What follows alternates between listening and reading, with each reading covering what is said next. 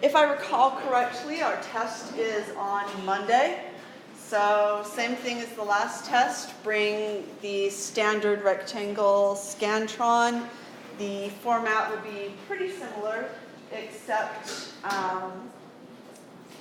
the format will be pretty similar. Combination of multiple choice and short answer, fill in the blank, that type of thing. Okay, so, and today's lecture will be on the test. Now, before I start into the newest material, I wanted to revisit something that we had talked about in the last class, and that is the acid mine drainage, and we talked about a couple of organisms, the acidothiobacillus and another one, and its importance in these acid mine drainage. So I wanted to follow up on that, and this here is a diagram of what happens in an acid mine drainage. So you have, in the case of the one in California, the Iron Mountain Superfund site, you have a mountain or similar structure, and you have mining going on. And what happens is you have rain, you have the elements that can access now certain minerals that were previously not exposed to water, weren't exposed to oxygen. And those minerals can then be washed out through these tailings and water into the environment. And so what happens then is it reacts with iron, forming sulfuric acid, and then it's in a very acidic environment, and the iron is in the form that microbes can use as an electron source. So a visualization of the process and the equation that we talked about in the last class. I also stuck in a couple of pictures of acid mine drainage systems. You can see that they're very red color,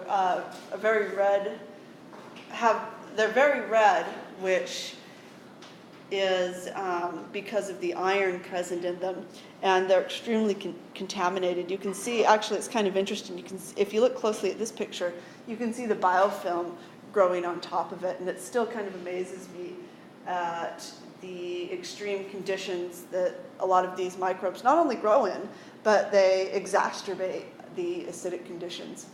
And it's also striking just how damaging to the environment that these types of systems can be. Okay, so now on to today's lecture, unless someone has questions? No? Okay, so now on to today's lecture. What we're going to do is we're going to talk a little bit about some of the energetics involved in catabolic processes. So we focused in the last few metabolism classes, we focused on electron sources, or one of the things we did is focused on electron sources, electron donors, and then electron acceptors. And over again, I have alluded to the fact that oxygen is a really great terminal electron acceptor. We've talked about other compounds that are not so great. So we're going to formally now talk about what makes something a good donor, what makes something a good acceptor, and the types of energy yields that organisms can get based on what type of catabolic reactions they're carrying out. So this is measured in the form of what's called reduction potential, and I know that I teach this in 315, and I imagine some of the other professors teach reduction potential in 315. You've seen it in chemistry. But we're going to apply it to the electron transport system here. So a couple of points to keep in mind while we're going through the reduction potential. And one is that electrons pass from good donors. So if you're a good donor, you're reduced, right? Because you have lots of electrons, you have electrons to give. and they pass from good donors to good electron acceptors. And oxygen is the strongest electron acceptor. And you can measure this using the reduction potential and put in layman's terms or non-technical definition. Reduction potential is the measure of a tendency of a molecule to accept electrons. And the reaction is favored when you have positive values of the reduction potential. Now, like lots of chemistry, equations in chemistry, balancing reactions, those types of things, it is dependent on things like temperature, concentration, pH. So what we've done is we've defined a standard reduction potential so that we can compare different redox reactions. So we can compare different redox reactions. Because if we're looking at one redox reaction at a pH of 1 compared to another redox reaction at a pH of 7, those comparisons aren't going to be, they aren't going to be legitimate comparisons. So typically when we talk about reduction potential, we talk about things at a 1 molar concentration at a pH of 7. And you'll see that written as E naught prime. So that's the notation that we're talking about standard reduction potential. And in this class, we're not going to deviate from standard reduction potential. So anytime you see reduction potential, just assume that we're talking about the standard reduction potential.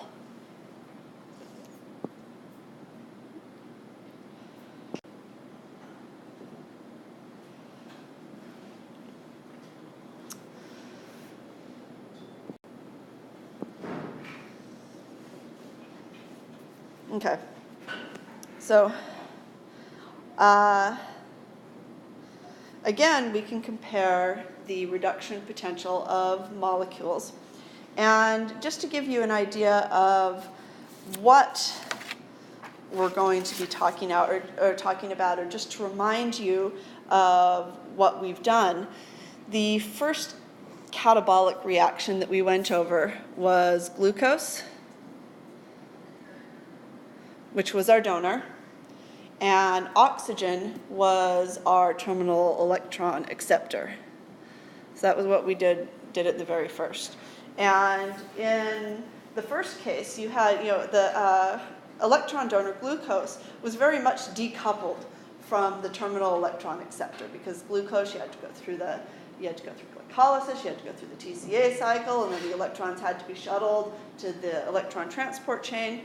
Even though those two things are pretty distant, glucose is still our donor, oxygen is still our acceptor. Okay? And then we briefly talked about anaerobic respiration.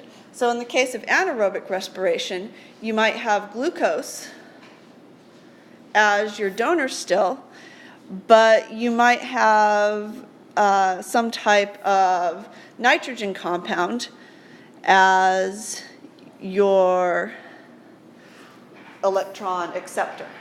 So same thing, glycolysis, TCA cycle, electron transport chain. It's just that the electrons are being dumped on something else.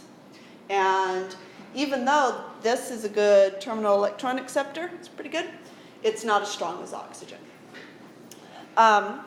We also talked about fermentation. So fermentation is where you have, in our example, it's glucose. In reality, it can be a number of different types of compounds. And in the case of fermentation, where are our electrons going?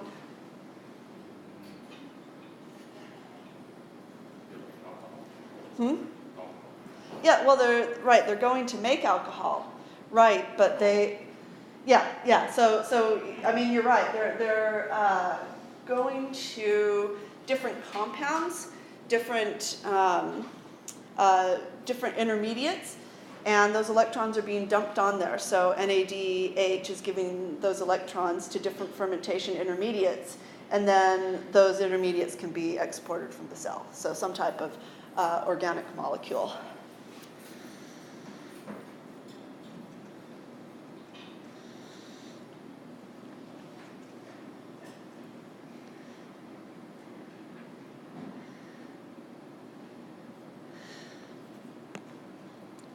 Okay, then we went into lithotrophy, and in lithotrophs, the electron donor and the terminal electron acceptor are much more tightly coupled, because in lithotrophy you typically have your donor that donates the electrons almost directly to the electron transport chain, and so that reaction is occurring in same same time and space. So, for example, we had hydrogen as our donor, and we had oxygen as our acceptor in one of the examples. In another example,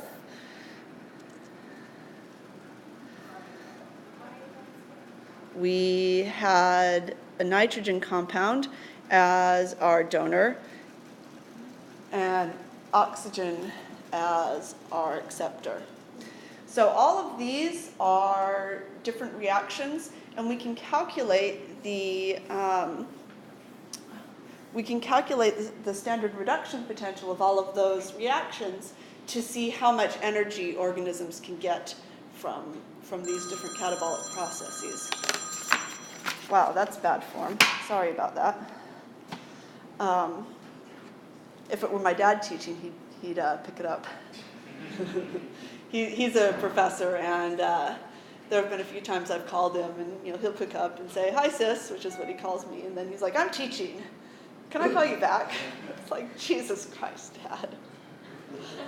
Anyway, sorry for the tangent.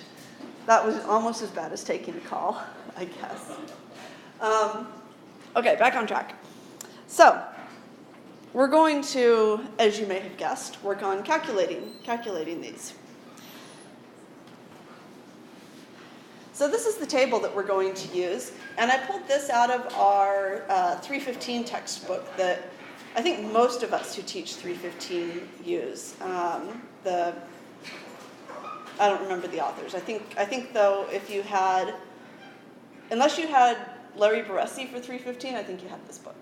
So this is the table that we're going to use. It's directly from this book.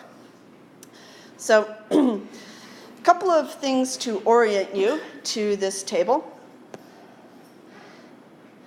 The reactions are organized such that they're organized into half reactions. And the oxidized state is always on the left-hand side of the equation, and the reduced state is always on the right-hand side of the equation. So right here, here's oxygen, and oxygen is in its oxidized state. It doesn't have the electrons, and it's on the left side of the equation. So you add some electrons, you add some protons, and you end up with water. Now, recall from chemistry that you can flip reactions. You can flip equations when you're talking about, you can flip chemical equations. And what you have to do when you flip that is just consider that in some directions, those will be energy yielding, and in other directions, it'll take energy to drive them. So let's look up here. Now, in these reactions, the reduced state is always going to be on the right-hand side. So here's glucose right here. It's in its reduced state. And to form glucose, you can take carbon dioxide, you can take some protons, you can take some electrons.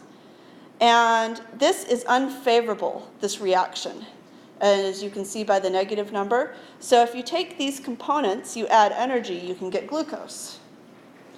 Now, in the example of catabolism, that's not the way that we run the reaction. The way that we run the reaction is we have glucose, and we get carbon dioxide. Remember, we counted our carbons in the TCA cycle. We emitted carbon dioxide, and we get electrons, which are transported to NAD+. So in glycolysis, in the TCA cycle, the reaction goes that way.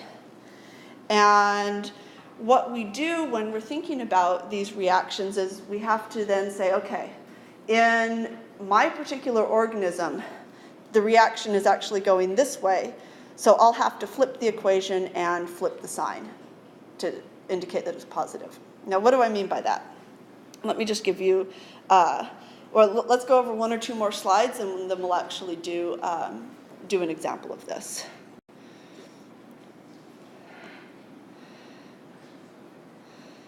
Okay. So when you are going, or when you're thinking about a complete redox reaction, when you're thinking about going, say, from glucose to oxygen, you have to think about that in terms of half reactions. Because in reality, when you are oxidizing glucose, the first steps of the process are taking glucose, and it's donating its electrons, and it is forming some other compound, and that's indicated right here. So this is the reduction. And in the other half reaction, those electrons are going to, oops, I had that backwards, sorry. But anyway, in the other half reaction, the electrons are going to oxygen, and you're getting water. So let's put all of that together. And here I have this example of glucose. So it's written on the slide, but let's just go through it and go over how you would do something like that, let's say if it were on an exam. So if I asked you, calculate the standard reduction potential when you oxidize glucose and the terminal electron acceptor is oxygen. So the first thing that you do is say, okay, I'm oxidizing glucose, which means that I'm taking electrons away from glucose. So glucose is my electron donor, which is right there. So let's write that down. Glucose is our donor. Oh, and we know that because, well, we know that we have to flip this equation. Glucose is our donor. We need this reaction to be favorable. We know that we start out with glucose. We don't end up with glucose. So this is a reaction we need to flip the direction of. So glucose is our donor.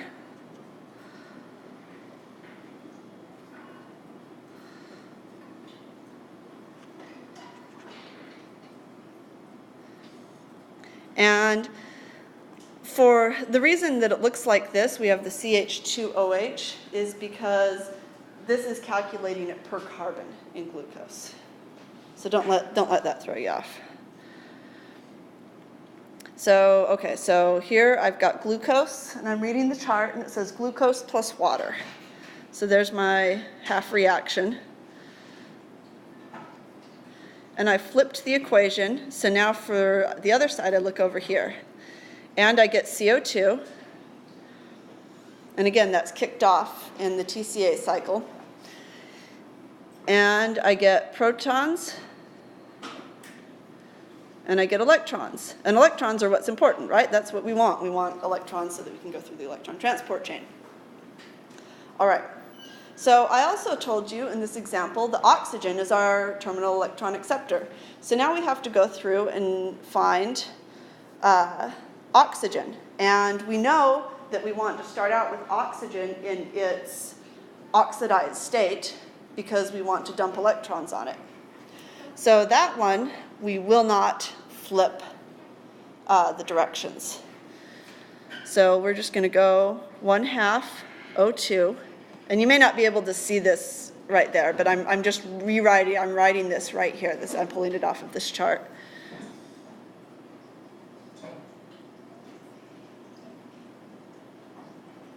So if you have oxygen and a couple of protons, and you give oxygen some electrons, you end up with water.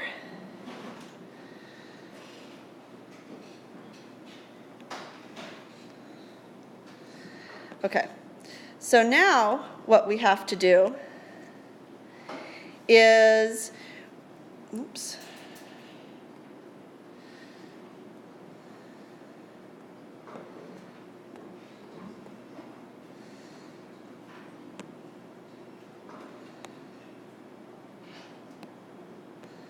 Okay. So now what we have to do is add those two half reactions together to form our complete reaction. Yeah? Are they always maybe 4, or will it always be half and half? It will always be half and half because you're always starting out with a donor and with an acceptor. So let's say you wanted to, okay, for example, let's say you wanted to calculate, well, let's just forgo that example. I think that'll be more confusing than it'll be enlightening. But yeah, you're always defining what your donor is and you're always defining what your acceptor is. So I could say, tell me what it would look like if you had fructose as your donor and nitrate as your acceptor. So it just depends on what's your donor, what's your acceptor. Does that make sense? Okay. All right. So now we have to combine the equations. And the thing that you have to do when you're combining the equations is you have to balance your electrons. Okay. So that is the key thing, is the balancing of the electrons. And notice here that we have 4 electrons here and we only have 2 electrons here. So to balance the equation, it's going back to what, general chemistry? To balance our equation, what do we have to do? What do we have to do to balance our electrons?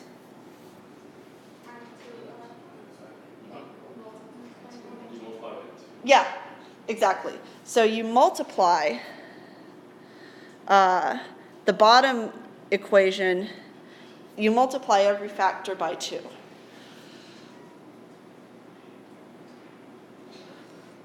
So in this case, you would end up with 1 oxygen, you would end up with 4 protons, you'd end up with 4 electrons, and you'd end up with 2 waters, because you're multiplying every element of that by 2. So now our electrons balance out, and we can start canceling and writing out our regular equation. So let's start canceling things. Now, we can, or let me just write out the whole thing, and then I'll cancel once it's written out. That'll make more sense. Okay, so now that we have this, we combine right-hand sides of the equation. So we have CH2OH, which is glucose, plus water, plus, here we have an oxygen, plus 4 protons, plus 4 electrons, and so that's everything on the left-hand side of the equation. Now, if we write out everything on the right-hand side of the equation, we would have a CO2, so that's from up here, plus 4 protons, plus 4 electrons, plus 2 waters.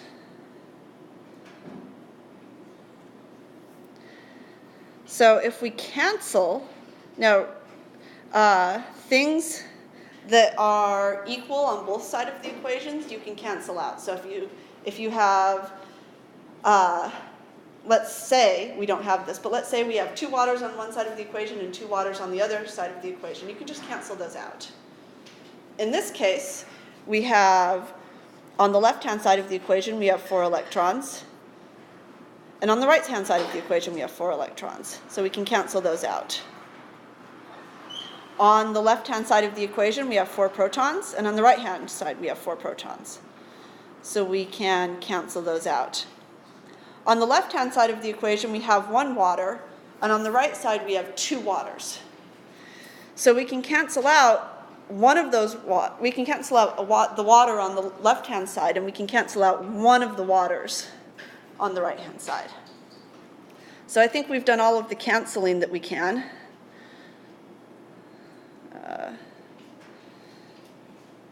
See if we can group everything.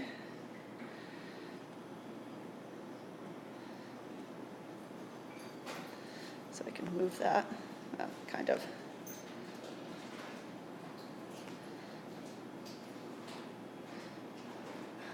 Okay, so now that we've done that, let's rewrite the equation as glucose, which is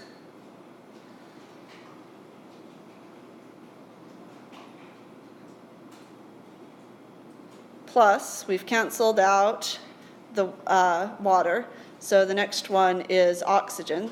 So if you have glucose plus oxygen, and that's all that's left on the left-hand side, yields CO2 plus 1 water. And this is your balanced complete reaction. Make sense? Now there's one more component, and that is determining what the standard reduction potential of that reaction is. And to do that, you go into this table, and I know you can't see this, so I'll just tell you what the values are. So for glucose, the reduction potential is negative 430. Okay? But since we flipped the equation around, we also flipped the sign. So for glucose, that would be positive. For glucose, the standard reduction potential would be positive 430, because we're flipping the sign. Now, for oxygen over here, the value is 820, positive 820. And we're not going to flip the sign because we didn't flip the equation. So for oxygen, that's equal to 820. So the standard reduction potential for the entire reaction, you add those two, and it's 1250 millivolts. Yeah? For the oxygen part, Yeah. we'll have to multiply by 2 as well. No. even if- No. For these, I know it doesn't make a whole lot of sense. It's a little counterintuitive. But even though you're multiplying different sides of the equation, you're not going to multiply the standard reduction potential of values. Those just stay constant. Okay. Questions on that?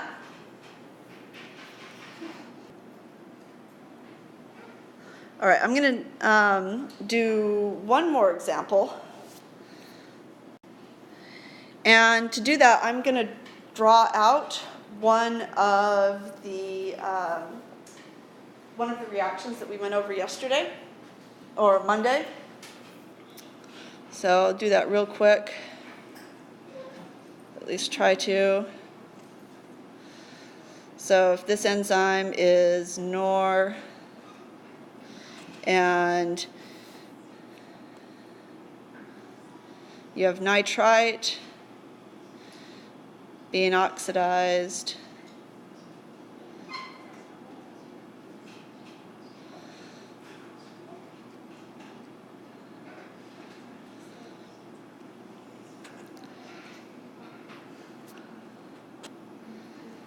and this is cytochrome C, and this is cytochrome AA3, and our electrons move through the electron transport chain, and our terminal electron acceptor is oxygen.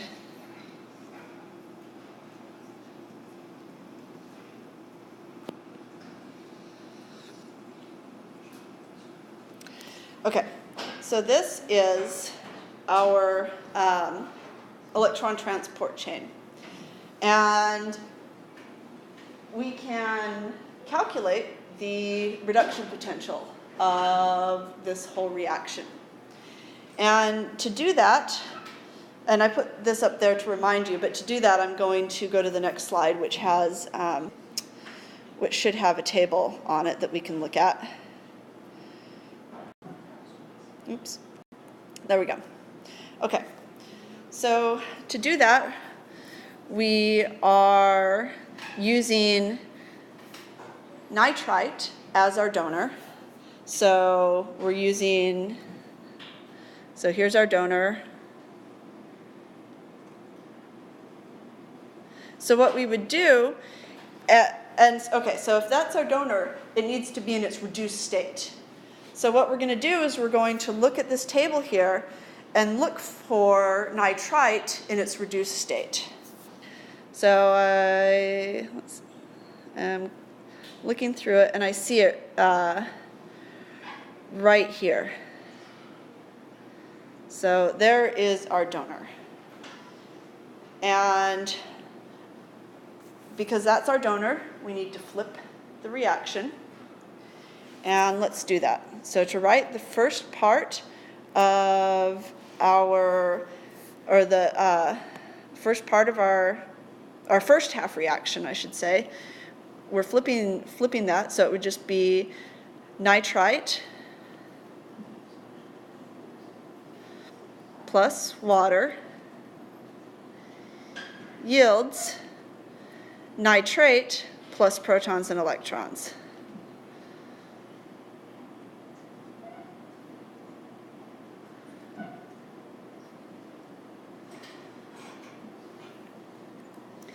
And for this reaction, the standard reduction potential is positive 420. So we're going to have to flip the sign. So it's going to be negative 420. All right, let's do the other part of the half reaction. For this particular electron transport chain, oxygen is our acceptor. And we look for that, and it's right here. And so we write that part of the equation down. An oxygen plus 2 protons plus 2 electrons yields water. And that's very positive, 820. Oxygen's our best acceptor. And so we don't flip the sign because we didn't flip the equation. And so that's 820. Now let's balance the equation. The first thing to check is if we need to, or the first thing we check is to see if our electrons balance. And we have 2 electrons on the left-hand side and 2 electrons over here. We don't need to take any further steps because they're 2 electrons, 2 electrons. So great, let's just cancel them right here and now. Okay, now let's look for protons. We have a couple of protons over here. We have a couple of protons over here. Let's get rid of them. Water, we have a water here. We have a water here. Let's get rid of our waters. And when you write out the resulting equation, you get nitrite plus oxygen yielding nitrate. And that is our balanced equation for the instance where nitrite is our donor and oxygen is our acceptor. And if we calculate the standard reduction potential for the entire equation,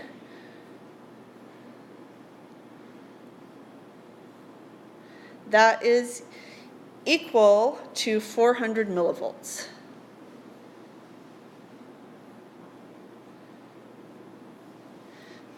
So for glucose, when we did this, the standard reduction potential was something like 1200. So you're not getting nearly as much energy from this electron transport chain as when you're going from glucose to oxygen. So glucose is a much better electron donor than nitrite is. Questions? Make sense? Yeah.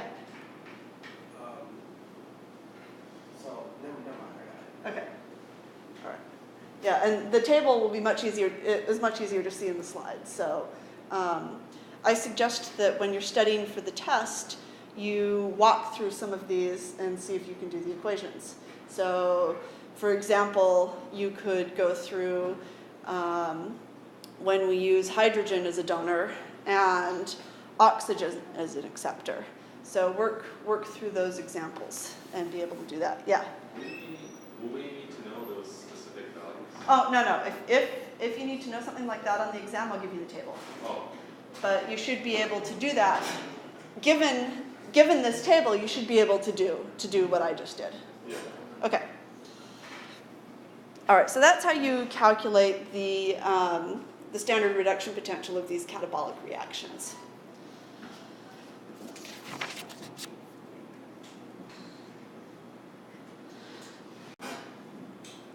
Okay, so now that we've done that, we're going to move on to anabolism.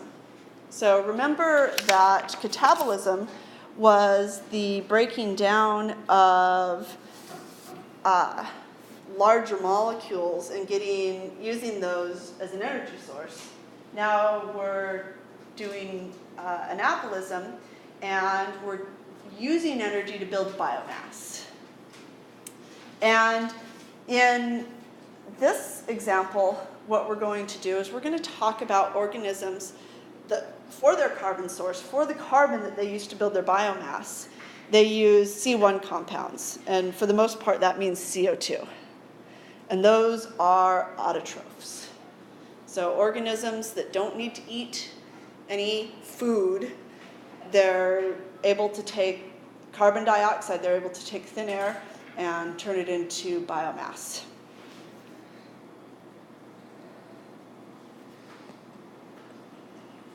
And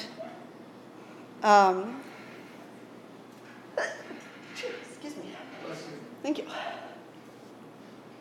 Now, if you look around you, look at yourselves, look at all the organic plants, animals, the primary source of all of the Earth's carbon, including us, is from the carbon fixed through the Calvin cycle. So the organisms that can do this, that can produce biomass from air, from carbon dioxide, I know that carbon dioxide is only a small portion of air, but whatever, you get my point. The organisms that can do this are called primary producers because they're the ones that really make all of the biomass, and the rest of us just transform that biomass into our own biomass. And there is a particular cycle called the Calvin cycle that is the primary pathway by which this occurs. So you may have heard of the Calvin cycle before in the context of plants. So plants use this, but there are a lot of bacteria that use it as well. So we're going to go through the carbon cycle, or the Calvin cycle. And if you take a look at the organisms that can do this, there are organisms from proteobacteria and cyanobacteria that can do this. So not all proteobacteria can run the Calvin cycle, but some members of the proteobacteria can run the Calvin cycle. Similarly, there are members spread out throughout the whole archaeal tree that can use the Calvin cycle, but not all members, not all archaea can perform it. Does that make sense, why I've circled those different ones? Okay, it means that when there's a circle, it means that certain representatives or certain organisms in that taxonomic group can perform the carbon cycle. So widespread within archaea, not so widespread within bacteria.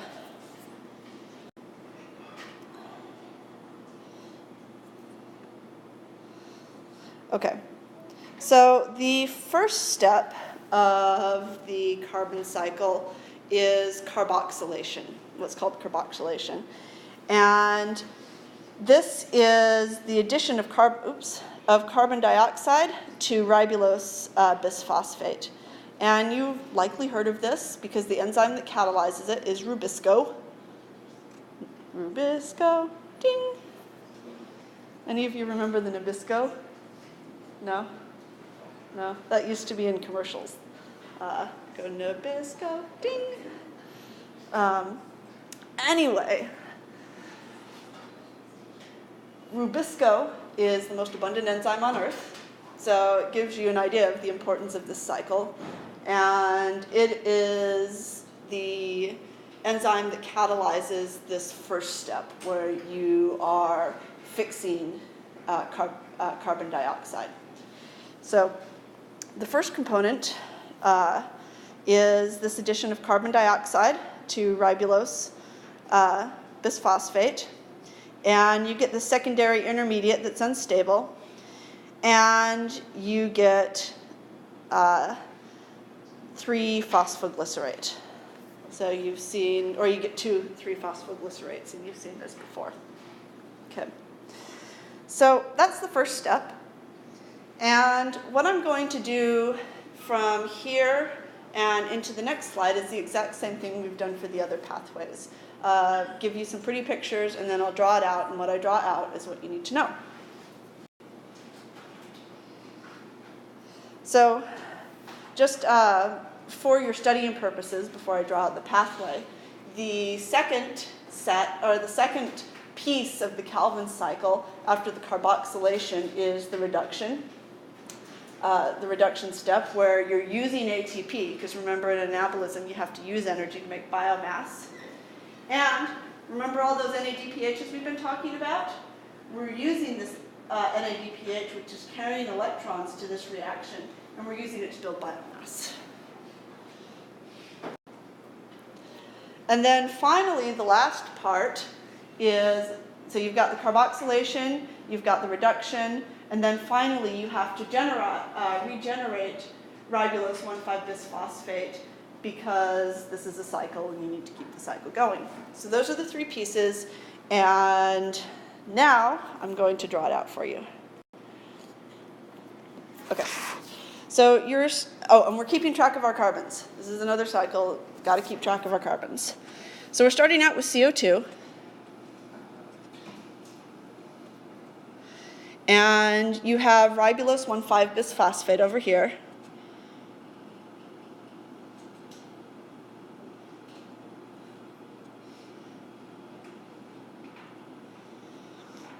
And I'm just going to call it bis-P because it's too much to write out. And ribulose 1,5-bisphosphate has 5 carbons.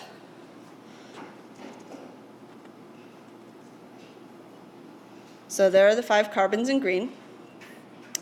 Ribulose 1,5-bisphosphate combines with CO2 in the carboxylation step to form, and this before I talk about what is formed, this is catalyzed by Rubisco.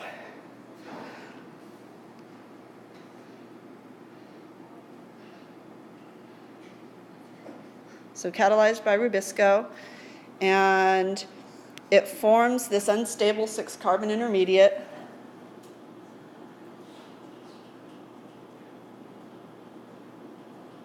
which is quickly and spontaneously changed to 2,3-phosphoglycerates. So this unstable intermediate is 6 carbons, and 5 of those 6 carbons are coming from ribulose 1,5-bisphosphate. But one of those carbons is coming from carbon dioxide.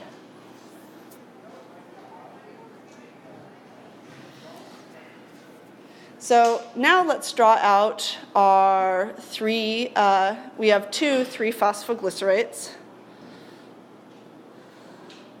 So we have 2 of them.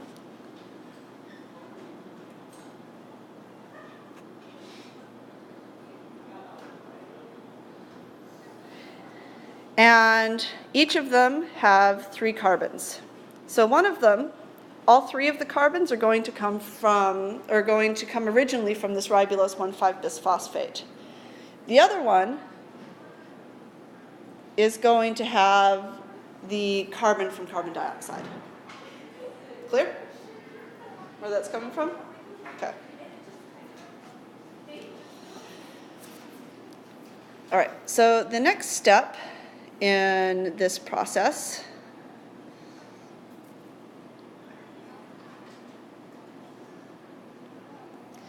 is turning this into glyceraldehyde 3-phosphate, and 2 of them.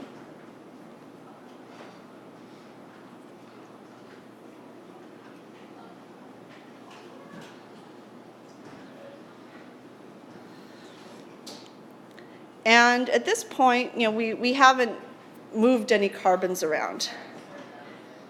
So we still have the same number of carbons, but we have reduced this, and that took energy. So here is our NADPH. It's our electron carrier. It donates electrons to that. And that is an unfavorable reaction. Okay? So how do you drive an unfavorable reaction forward? You use energy. What form is our energy probably in? No, we need energy to donate electrons to that. ATP, exactly. So you have to use an ATP for that step.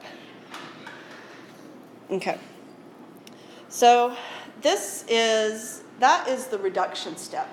And what is important about this is these glyceraldehyde 3-phosphates, those are primary intermediates for building biomass. And so those organisms can then use that to form amino acids.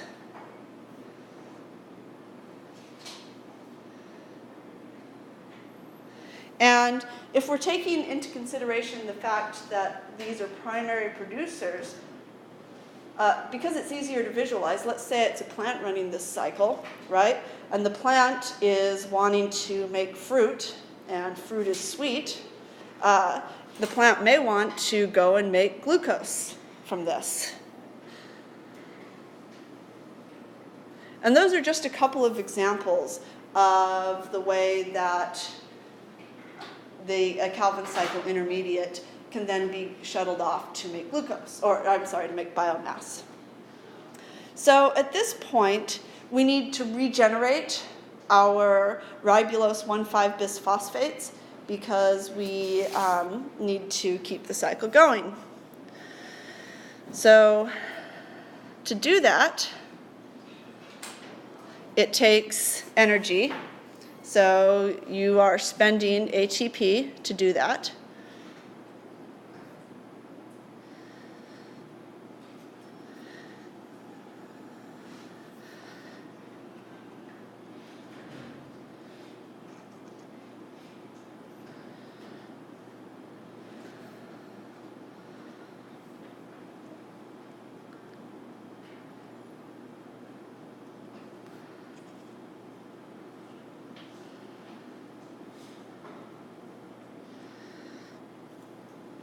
Okay, so now let's think about the carbons. And I'm going to make this small, and it's going to be hard to see, but I'm going to keep it up here in the corner. And I'm going to redraw it just with the carbons. And we're going to go a few minutes over, but better than splitting this up and then taking the test and have you forget it before I can finish up the lecture. So if I redraw the cycle with just the carbons,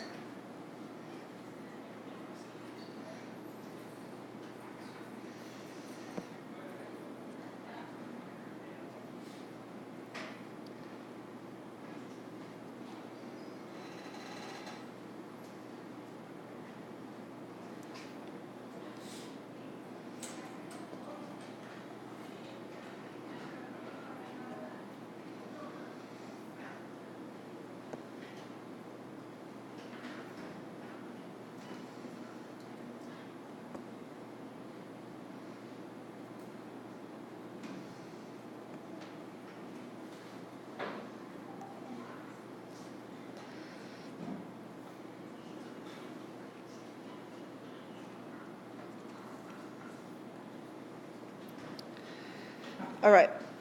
Now here, you have to think about where your carbons are going. Now, At this point, you want to regenerate this ribulose 1,5-bisphosphate, it's 5 carbons, and you also know that you need to start shuttling this off to go and make biomass. Notice that for every turn of this cycle, you are integrating 1 new carbon, okay? So the question is, how many turns of the cycle does it take to generate 1 glyceraldehyde 3-phosphate? How many times do you need to turn the cycle to generate one of these molecules that can then go off to be used as biomass? 3. So each of these glyceraldehyde 3-phosphates is 3 carbons. So if you want 1 whole brand new glyceraldehyde 3-phosphate to make biomass, you need to run through this cycle 3 times. Okay. So what ends up happening is that it's not, unlike the TCA cycle where it's very easy to track the carbons, here you're going to have, in some cases, you're going to have these glyceraldehyde 3-phosphate shuttled off. In some cases, you're going to have a glyceraldehyde 3-phosphate combined with some other things to regenerate this 5 carbon molecule. So it takes 3 turns of the cycle to generate 1 glyceraldehyde 3-phosphate.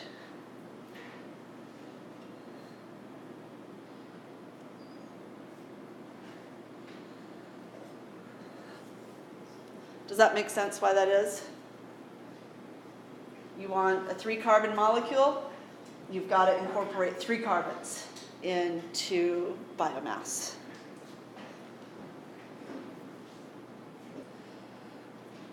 All right, so that is a good stopping point for this.